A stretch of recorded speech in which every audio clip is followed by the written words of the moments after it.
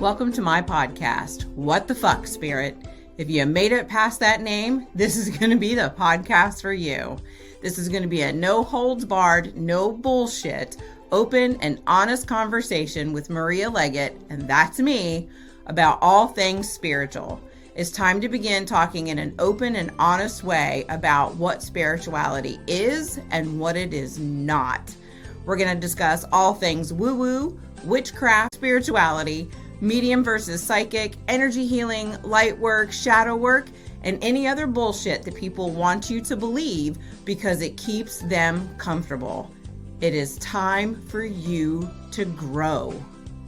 Let's go. You know, after all this time, I still laugh at that intro. I'm over here dancing to it. I know, right? It's just got this happy. Whoop, whoop, Yeah.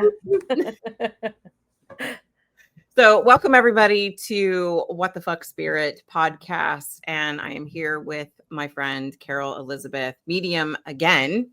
And this, I think this is going to be the third and final. We'll see what happens. Yeah. Talking about sexual childhood sexual abuse. I had to get that all straight in my head. And so here's your trauma warning. If this is too difficult of a topic for you, you might want to turn it off. However, if you're curious, keep listening. And if you get triggered, turn it off and then come back later. Because, I mean, it'll be there. It's recorded. That's the beauty of podcasts. Isn't that great? Yeah. I'm sorry I'm triggered. Stop. Yep. I need to process this for just a little bit, and then I can go on.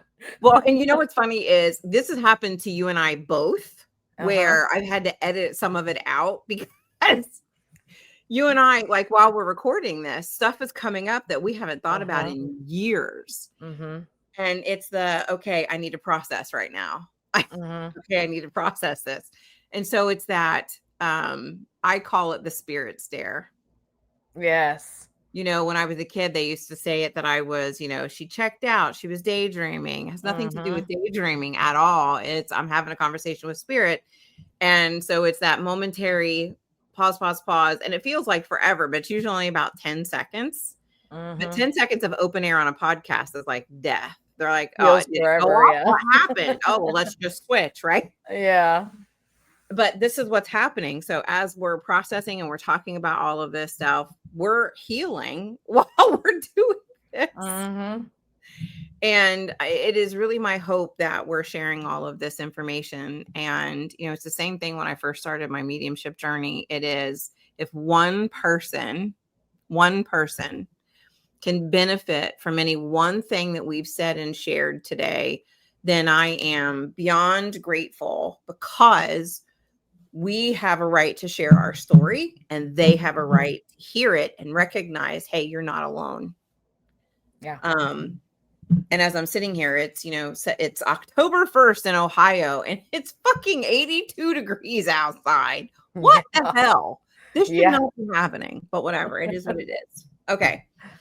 So we're going to talk about childhood sexual abuse. And today we're really going to focus on how did our trauma affect the jobs that we have now, which is being spiritual leaders. And I sit here and I get paused for a minute, and because it's literally it's like a mind explosion, right? I can see that emoji of the, that's the emoji that I see, because you don't realize how many facets trauma effects of your life, specifically this type of trauma, until you start looking at it and realizing this thing is like an octopus with 10,000 tentacles. It really is. It really is. It reaches out, it touches, it steps into so many different things. And I think it's funny because I just sat here and I said, okay, I want to talk about what is the biggest thing that I think it affected. And I would have said something else, but I heard something in my head. So I know that I need to talk about what I heard in my head. And what I heard in my head was it affected my right to be seen. Ah. It affected my right to be seen because as a medium, you have to be seen. You have to advertise. You have to have clients. You have to have faith in everything that you're doing. And even once I got past all the trust issues, which that's a whole nother fucking ballgame that we'll talk about today because it's all part of it, being seen. Yeah. Because, when I first started this, I think my first live was like 8 or 9 years ago. I found it on Facebook and downloaded it. It was like 8 or 9 years ago, and I was just sitting there pulling cards, and it affected me because I had massive anxiety before I did it. Massive anxiety before I did it. And I had no following, no nothing. And this was back when, lives were not really a big thing and Facebook would push them. And so my husband had gone to bed. It was like 10 o'clock at night. I'm sitting in the chair and I said, okay, well, let me just go live and see what happens. And I wound up getting like 45, 50 people. It got like, like over 1,000 views. I don't get that shit with, 3,500 followers. Yeah. So I can look back at that now and go, Spirit's like, hey, we have to encourage her somehow. Yes. Yes. So Spirit says I have to talk about it being seen, me being seen. And I think that they want me to talk about that. Not I think, I know. I know that they want me to talk about it because it's one of the reasons why I procrastinate on things. Because I'm still afraid to be seen sometimes. I'm still afraid to be judged. I don't want to be judged. I am no way, shape, or form ashamed any longer of what happened to me. I was a child. I didn't ask for it. I didn't even know how to ask for it. But being seen is, if you see me, you can hurt me. Yeah. If you see me, you can hurt me. And that is still a big one for me, especially because when I go live, when I do things publicly, like if I go live on my Facebook page, Rooted in Ritual with Maria, if I go live on that page, I wind up getting, and it is specifically, Carol, it's specifically Christian men who will comment and say horrible things. I actually had, when I posted my ministerial degree, I was so proud of it. I posted a ministerial degree on my Facebook page, on my business page. And some guy said, there's no way you can be a minister. You're a woman. You have no right to be a minister. What the fuck? You, my friend, are living in the 1800s. Yeah. Get out of it. But that's the exact energy that I'm afraid of, because that's the energy that molested me. Yeah. Right. And I know you identify with that. Look, as you're talking about this and you're saying this, I'm reminded how a couple of years ago I got online ordained, just the $20 thing or whatever. And I go and I tell my mom about it. And she had the exact same energy because of the way that she was raised in her faith. Women are not supposed to be pastors. And she's like, well, you're not really going to like have a church or anything, right? Like, you're not going to be like a pastor. And that was her reaction to me. And I was like, thanks, Mom. A little bit of the bitch came out. And I'm like, you know what? I just might. Like, if that's what God wants me to do, then yeah, that's what I'm going to do. And that was the attitude that I came back with her. This was 2 years ago, 3 years ago. I think it was 2 years ago. But that was my reaction to her, because she came at it as, again, judging me and telling me that I can't do that because it doesn't fit with her box of her beliefs. Right. And it was, that same energy of, I'm going to judge you and you can't do this. And I'm going to say something and try to make you, hide your light because you don't align with what I agree with. Yes. And that's exactly what the Christian men out there are doing, because, it's any man, but it's typically, like you said, the demographic of Christian men that are typically the ones that'll step forward and say something. Absolutely. But it's the judgment. That's all that it is. It's judgment. It's because we're not doing what they deem as correct and right. It is.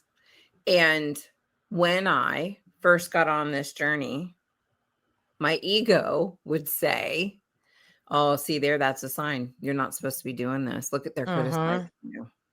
Mm-hmm. And so I'd go back into my hidey hole. And then I'd find the courage, right? I'd reach down, grab some chutzpah, and I'd come back out. And then I would get it again and I'd go run away. Very rare do I have any women ever judge what I do. In the whole time, like I can talk about men, right, saying all these things about me. But on my business page, there was one person, only one female, and I had posted a picture of myself before my spiritual journey. And I mean, if you know me, you love me because I'm a great person, but I'm a big girl. I'm not small. And I don't apologize for that. I don't care. And I don't feel the need to explain why anymore either. I used to do all the explanations. It's my metabolism. It's this, it's that, medical reasons, but whatever. I don't give a shit anymore. So this woman, I posted this picture and it was me with like my hair done, makeup on, earrings on, dressed really nice. And I posted this picture and I said, I look at this picture and I'm sad because she felt like she needed to hide behind makeup and earrings and, perfect hair and nice clothes. And this woman comes on there and starts ripping me apart about how fat I am. Oh my God. Oh yeah. Ripped me from stem to stern about how fat I was. And it turns out that she wound up being the sister of one of my very good clients. And so my client is like texting me, I'm so sorry, that's my sister. And I said, I don't give a fuck who it is. Like, I'm not holding you responsible for what she's saying. Yeah. And, and I have to realize that that's where she's at on her journey. She was judged clearly on the way that she looked as she was growing up. You have to be beautiful. You have to be thin. You have to be perfect. You have to be all these things. And some people can stick to that. I have a rebellious soul. I do. I have a very rebellious soul. And so my mom said all those things to me. I'm just worried about you being fat when you get older. I'm worried about this. I'm worried about that. And I went the other way. Well, screw you. I'm going to go hide and eat Twinkies. I'm going to go hide and eat this. I'm going to go hide and eat that. Right. And all of that had to do with being seen. I can't be seen being me because somebody's going to judge me. And so it amazes me now. I can look back at all of those situations and know that Spirit's throwing them up as a yield sign, not a stop sign. Spirit threw it up as a yield sign for slow down. Take a look at this. What do you need to heal? What do you need to let go of? Rather than my ego going, no, it's lying. You need to stop. So I know that is for me, right? So my answer is it affected how I trust. Spirit wanted me to talk about. Look, they wanted you to talk about that for me because I've got my website. Yeah, I've got my website going. Yes, it's CarolElizabethMedium.com. I have everything ready to be accepting clients. I have my first class written on spirit guides, and I haven't pulled the trigger. I don't post things online. I don't have any engagement. I don't do live pulls. And it's 100%. I've been trying to figure out for the last year, like, why am I hesitating so much? And that resonates for me so much because it's one of those, I'm still at that phase where it's being small and hiding is safe. If I'm not seen by my abuser and anyone else that may be a potential abuser, then I cannot get abused because they can't find me. Yes. And I didn't even realize until you're saying this, how much that's still a part of how I am. And my throat is killing me all of a sudden. And that is totally Spirit working this out because I've literally never said that or even contemplated. And like now I'm tearing up too, because I never contemplated that it's not that I'm ashamed of who I am. It's that I'm just trying to protect myself. Yes. And I didn't like that. It's another one of those things that where you're understanding and you're digesting the I'm hiding and I'm protecting myself in certain ways. It's affecting me in a different way that I didn't even realize. Yes. Yeah. And, it's interesting as you're saying all of that, I'll step into it with you, as in, I feel like there's a tennis ball, like a dry tennis ball Yes. lump in my throat. And so I know this is like really important for us to talk about. And I know that I have to edit this one and the second one that I still haven't released. I have to edit them today, get them out, get them scheduled, because I know that what we're saying is going to resonate with so many people, Carol. I do. I know Right. that. I agree. And being seen affects so much, right? We are called to be leaders, and I have zero doubt in my mind about that. Zero doubt. I know that to be true for me from the top of my head to the tips of my toes. And it took me a long time to trust that, but I know that that's the case. And you can hear my my voice is cracking, right? And here's the thing. This is part of our mediumship journey, right? Recognizing what is your body telling you?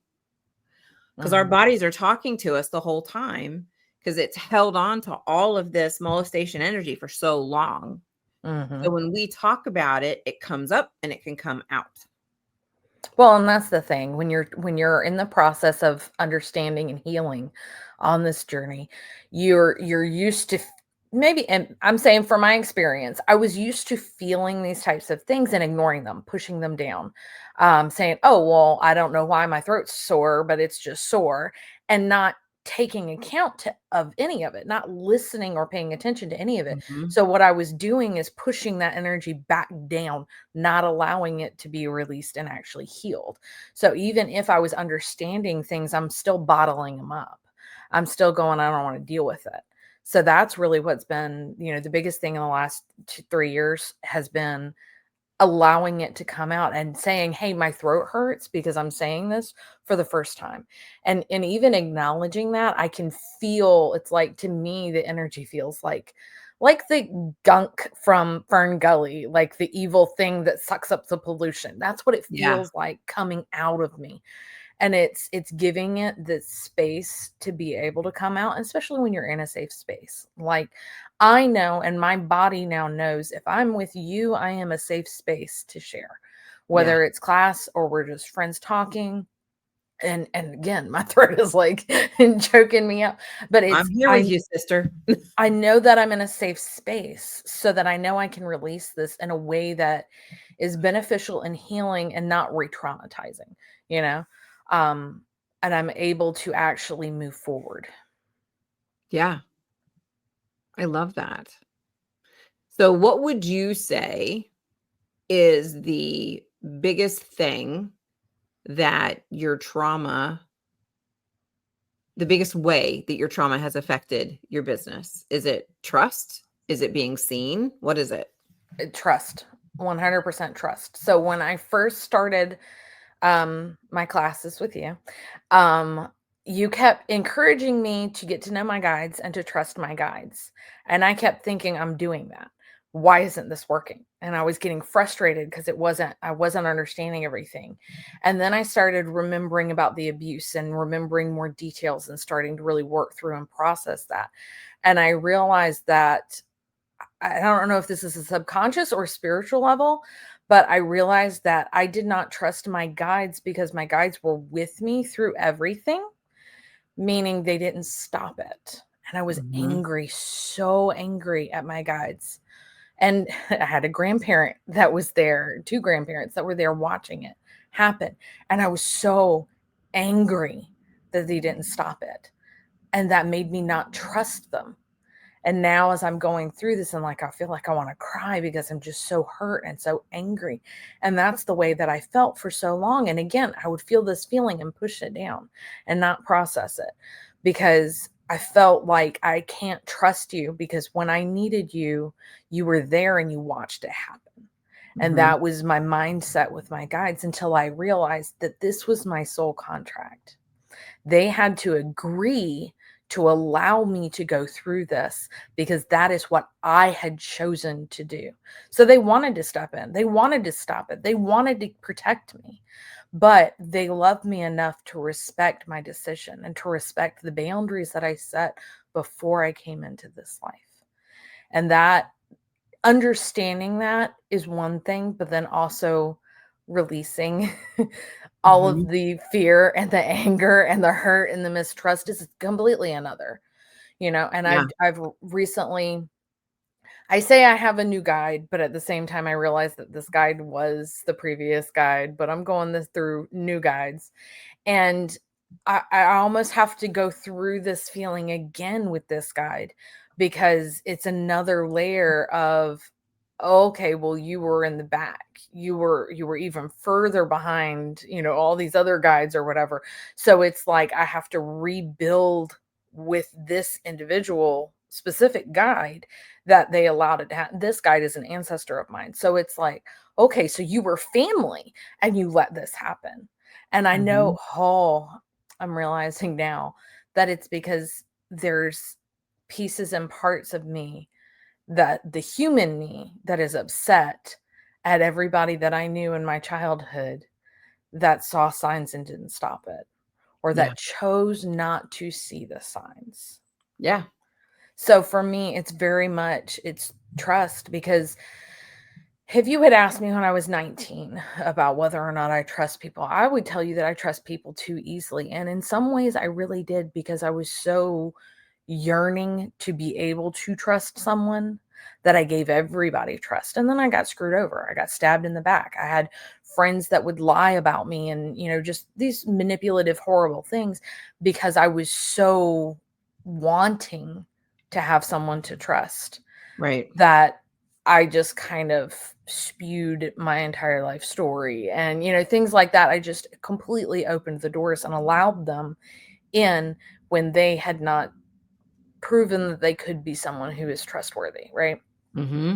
So it's weird sometimes for me to look at the whole, well, I don't trust them, but then at the same time, I trust too easily, so it's a weird thing and a hard thing to reconcile inside my mind sometimes, because it's the boundaries. It's setting boundaries and understanding where I am and what is okay with me, and what I'm okay with, as far as who I trust and who I don't trust. And it's understanding that I can make those boundaries and that I don't have to over explain, I don't have to excuse my existence. No, I do. So. I totally understand. I agree with the trust issue. And, it is, and you've heard me say this a million times because you were a student. It is hard for me to look at a woman who's had this happen to her, because I had the same reaction. I know damn well what's going to come out. When I say this is part of your soul contract, you agreed for this to happen. That is a fuck you. Who do you think you are? But I know. And I have to say these hard things, because when you step into, this is so much bigger than just my human self. There is a lesson for me to learn in this. And I can clearly look back, and I know now, right? It reminds me of Dr. Wayne Dyer's book, I Can See Clearly Now. It's a great book. If you've never read it, read it. And he says, I can see clearly now, looking back at my life, I know that those bad things happened to me so that my aura, my energy would call out to the women that I'm here to help. Yeah. How in the hell could I help any woman if I hadn't been put in those same situations? You cannot.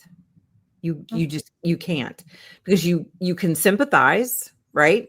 You can sympathize, you can empathize, you can do all the things, but you cannot say, I have walked in your shoes. You cannot. And it's so different to hear it from someone who's been through something similar than it is from someone that has a degree. And that's not knocking therapists or, I Not at love all. my therapist. And this therapist that I have, I've only been seeing her since the beginning of August, and we've already made massive headway. Like, it's amazing. I love my therapist, but it still hits different for her to say something and for you to say the exact same thing. Because Yeah. I know that you've been through it. You truly understand. And that's where, having a good community and women's circles and things like that, I think is very, very helpful. Because it's the hindsight's 2020. You're not going to understand the whole tapestry of your life and everything that you agreed to until the end of it. You may be able to understand bits and pieces, but you won't be able to understand all of it until the very end because the tapestry is not done. It's not completed. Agreed completely. You may be able to look back. It's just like when they're weaving and making a tapestry. You can understand what's happened in the past by looking back on it, but you still don't know what the rest of the tapestry is going to show. Correct. You just have no idea. It could be a tapestry of totally different things from one end to the other. And until you go through it, you can't see. And it's always beautiful too. There's a purpose. There's a reason. There may be dark pieces, but without those dark pieces, you don't have the full picture. It's true. That's why it drives me crazy when people go, "Oh, I'm a light worker. I'm a light worker." Fuck off. If you are literally only working with the light, you got a problem. Mm-hmm. Because that means that you are spiritually bypassing your trauma. You're spiritually bypassing all your shadows. You're not doing the shadow work. You're not doing any of the stuff. I work with both sides of the coin. I have to.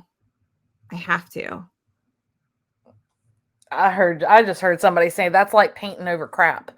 It's true. It's true. It's not going to stay. It's not going to stick. The wall's still going to be dirty. It's still going to be ugly. The paint's going to come right back off. Yes. It reminds me of we bought a camper about an hour away from here. It's a permanent site and we get to go up there, and I have a very specific allergy to mold. And if I'm around mold, it goes crazy. My sinuses fill up. I wind up getting very sick. And the first couple of weekends we were there, I was getting sick. And I'm like, I don't understand this. And Tyler's like, I think there's mold behind the wall. Oh. He knew right where it went. He pulled the thing down. Sure enough, there's mold. You can't, it's not that you can't abate it. You can, but then the spores go everywhere. So he used this special paint that you paint over the mold and it encapsulates it. Mm-hmm. Right? It creates this nice hard shell. So that's what that reminds me of. And that's what you said. It reminds me of that. You're encapsulating the mold, the bad shit that can kill you and make you so sick. But you're just going to paint over it with this nice white paint. It's still there. It didn't go anywhere. You're just ignoring it. Yep. You know what I mean? Yep. So, yeah. Trust is, I went through some of the same things like what you were talking about. I trusted too easily because as you're talking, I can see this like checklist that I used to have, which was, you're not related to me. Because that was a big one. You're not related to me. You don't live in this specific area. And you're not trying to touch my vagina. You're not trying to touch my growing boobies. Right? You're not doing these things. You're not making me feel gross. So clearly I can trust you and I can just tell you everything. Does that make sense? Yeah. Because see, it being, I feel my trust also was affected because of the other traumas that I had in my life. It kind of compounded it. So when it comes to me making friends, I was the pastor starter. So you've got all the trauma from the sexual abuse, but then you've also got the trauma of being a pastor's daughter. And then you've got the trauma of being the middle of 9 kids and completely, my mom tried her hardest, but they were still neglectful. You can't, as a middle of 9 kids, you cannot have 9 kids and spend the appropriate amount of time with each child if you have any other responsibilities, like anything at all. It's just not possible. There's not enough time of the day. There's going to be times when there is a kid that is lost in the shuffle. So if you've got a kid that is going through these other traumatic things and they are learning at the age of freaking 2 to hide because it's safer to hide, that just adds to the neglect, right? So when I'm a pastor's kid, I felt like I had to reach out and be the friends of all of the new kids that came to the church to kind of market for the church or whatever. So that added another layer of distrust, because it was like, well, are these people my friend because I'm the pastor's kid or because they want to be my friend? Right. And then all my later friends were friends through church or through work or something like that, to where it was like, if I met somebody that wasn't affiliated with me in any other way, like I was like, oh my God, we're best friends now. And I would just spew everything. And then those people inevitably hurt me. And it was just kind of, they weren't somebody that I should have trusted at that time the way that I did. It's not that they were horrible people, but they weren't the right person for me to trust the way that I did. But I was just so craving the attention, and I just let it all out. Yeah, I totally understand. I did the exact same thing. So because of the trust issues, right? And I love that you talked about how I didn't know how to trust my ancestors. Why did you let this happen?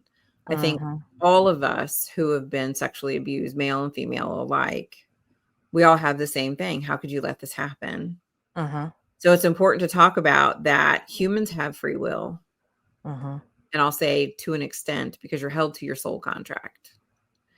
So even though my higher self knows, and I can say this without cringing, and I still have a human side that goes, I don't really give a fuck.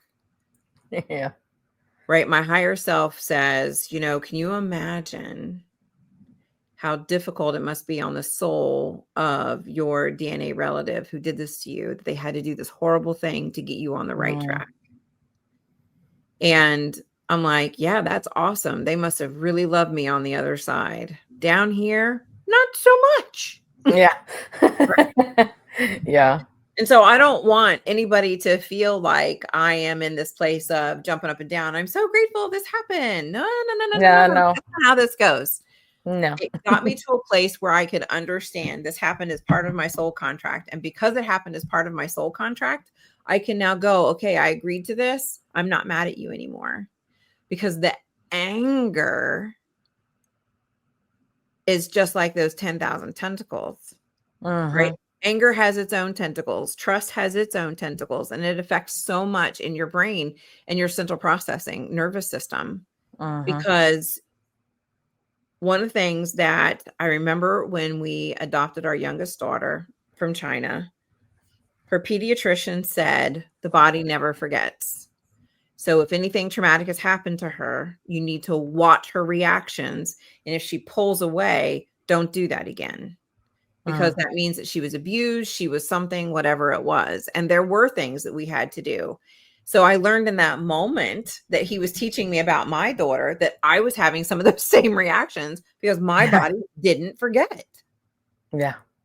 And so you've literally, whatever word you want to use, right? Groomed, gaslighted, whatever, I don't care. But you've gotten yourself to a place where I can't trust. If I can't trust a physical being, how the fuck am I supposed to trust an unseen being?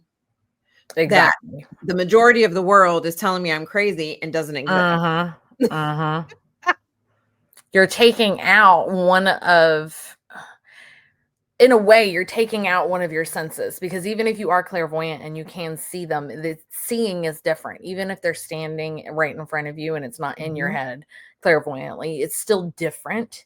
And that difference makes it unknown. Even though you can still sense them in all of the senses, there's still an element of unknown, or and that makes it just like you distrust it just automatically, because you're also sitting here, especially at the beginning of your journey, trying to decide whether or not you're hallucinating. You're still trying to get your ego to understand that no, this is okay. I'm not making this up. I'm not hallucinating this. I'm not psychotic. I don't need to go to a mental institution. And so you add to that you're going through your traumas, and this is how it worked for me. It was just another bit of, can I really trust what I'm perceiving? Because not only am I doubting all of everything that I'm perceiving from spirit, because this is new to actually get some information and then ask a question about it, and get more information. That's all new. But here I am discovering or rediscovering and understanding all of this trauma that I had blocked. So then there's that added, well, am I making this up? And I feel like it kind of needs to be, well, not kind of, it needs to be said, because people from the outside who are not open to spirit, who do not have mediumship abilities and do not see and feel the way that we do, think automatically, well, they're crazy, they're making it up. So then you start talking about that, and then you also start talking about your abuse. I'm sure that there are a lot of women out there that'll talk about their abuse and be told that they're making it up. Unfortunately, I know that happens. So you add those two together, talking about them at the same time, and quote unquote coming out about these two at the exact same time, just made it that much harder. Because Absolutely. there were thankfully there were people in my life that I told them about the abuse, and they had no doubts, no hesitation. I 100% believe you. I didn't see it. I didn't know it was happening, but I am so sorry, and how can I help you? But then I also had people go, okay, sure, that's what happened. And they didn't specifically say to my face that they don't believe me, but I know that they don't fully believe me. There is a hesitance. There is a doubt. Is she exaggerating this? Is she, doing this for, attention? Is she being dramatic about everything that happened? And that can be very hurtful to not be believed. But then there's also that part, and I feel like this is probably why this happened at the same time for me, because I was already understanding with spirit that I don't care if people believe that I see them and that I feel spirit and that I know that they're there, because I know that they're there. So I don't have to justify the fact that I experience and see and feel spirit. So it's at the exact same time I'm going through this abuse. I don't have to justify it to them. I don't have to explain it to them. They don't have to believe it to know whether or not it happened. It did. And their belief is not going to change my experience. True. So how did you get to a place where you could trust that you really were talking to your guides, that they really were there, and develop a deep relationship to them to the point where you're like, okay, I can be a professional medium. Let's go do this.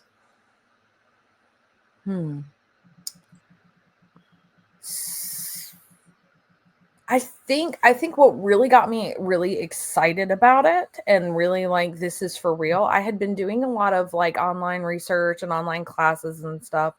And then I had the reading with you, and it was shortly after that. That was when we first met. It was shortly after that I had a conversation with my sister, and I kind of gave her a reading. I didn't realize that that's what I was doing, but she started talking about how her house is haunted.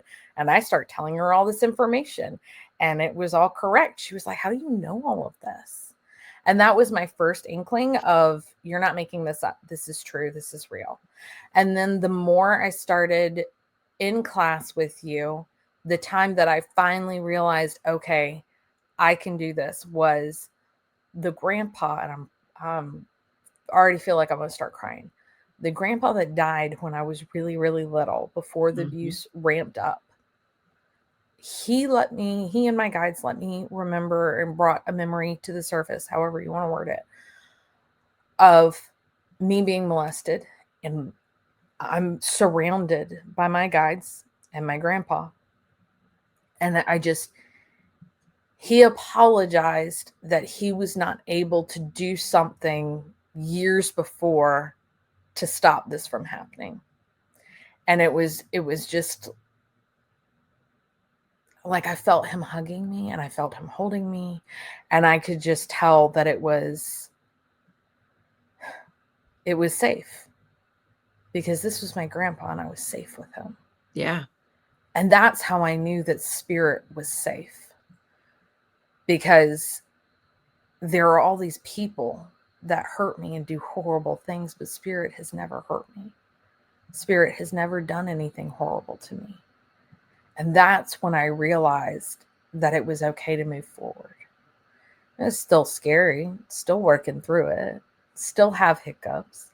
But that was the moment when I realized that they really are there for me, to protect me and to help me grow and to lead me. And they don't have an ulterior motive, And I think another layer of this traumatic abuse is because both of us, it was a DNA biologically related male. So it wasn't just a random person. It was somebody that we should have been able to trust. Yes. We should have had no doubts, no hesitations in being able to trust these people. And they hurt us arguably more than anybody else, So it's knowing that spirit is somebody that we can trust, and knowing that they have never and would never hurt us the way that our abusers hurt us. And that's a true story. Spirit would never, never, ever, ever do anything to purposely hurt us. And I think that's what I had to get to. I had to get to the point where I recognized that humans have free will to an extent, and that my spirits are there to help me get through the bad shit that happens to me. And I know now as a medium, as a fact, that number one, your guides cannot intercede unless you ask them to. And number two, the intercession doesn't necessarily have to come in the way that you want it, but it can happen. Like there were times when it was bad enough that I'm like, oh dear God, please, this has got to stop. And somebody would come in the front door and bam, it was done. Right. And then I would just stay in the bed pretending to take a nap and then cry myself to sleep and actually take a nap. So it was done for me at that point. So I can see now, looking back, and God, I hadn't thought about that in years. I can see looking back at it now that spirit did intervene. It did stop certain things from happening. And I am beyond grateful for that intervention. And I am grateful that my energy calls out to amazing women and brings me amazing clients and amazing students, so that I can walk with you, not in front of you, not behind you, but with you on your journey, because I didn't have a whole lot of people walking with me. And so I know this is where I belong, doing this, helping women, opening you up to spirituality, helping you find your guides, helping you figure out, you may not be able to trust the humans in your life, but by God, you can fucking trust your guides beyond the shadow of a doubt. Because the only way you're going to progress on your spiritual journey, right? And you've heard me harp on this a million times. We're all born wide open to spirit. Our life experiences shut us off to it. And now we as adults have to work really hard to get it back open. And that's not everybody. The majority of people have to work to get it open. You have some people who've just been open since they were kids, which is great. Good for you. That's not my experience. Right. And so my job is to help you get back onto that spiritual journey. And so, this as well as I do. On your journey, I'm going to trigger you. I don't want to, but it's going to happen. On your journey, you're going to trigger me because there's something that I have to heal. I can't tell you how many of my clients trigger me on the regular. And then I have to sit and look at it and go, all right, why am I so pissed off? What is this reminding me of? Right? It's like going through the list. What is this reminding me of? When was the first time I felt this? Who is associated with this? Going through the whole list. And I can look at it so quickly now. It used to take, 20, 30 minutes, sometimes an hour or more before I could figure it out. Now within like 2 minutes, I'm like, got it. Okay, I see you. That makes sense. It does. It really does. Because the more that you understand, and the more, even if you are triggered, the more that you understand and you start working through those, the easier it becomes because you understand the process. So your body is already learning that you can understand something that was triggering and scary and hurtful, and you can release it. You don't have to hold on to it. So Yeah. I feel like at the beginning, in a way, it's a lot harder, not necessarily because the trauma that you are dealing with is the hardest trauma, but that you've not done it before. So your body doesn't understand how to go through the process of releasing that. And so you go through the first trigger or couple triggers, and you figure out how to understand it and then process it and release it. And your body starts to learn that, hey, this is okay to do.